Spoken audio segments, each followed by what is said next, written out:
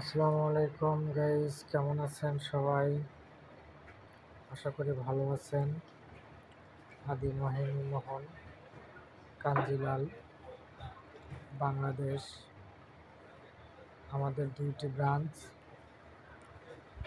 একটা Dhaka Bashundhara shopping complex, আর একটি level 4 block B 82, 83, 95, 85 Bashundhara shopping complex, Chattogram. আমাদের আরেকটি ব্রাঞ্চ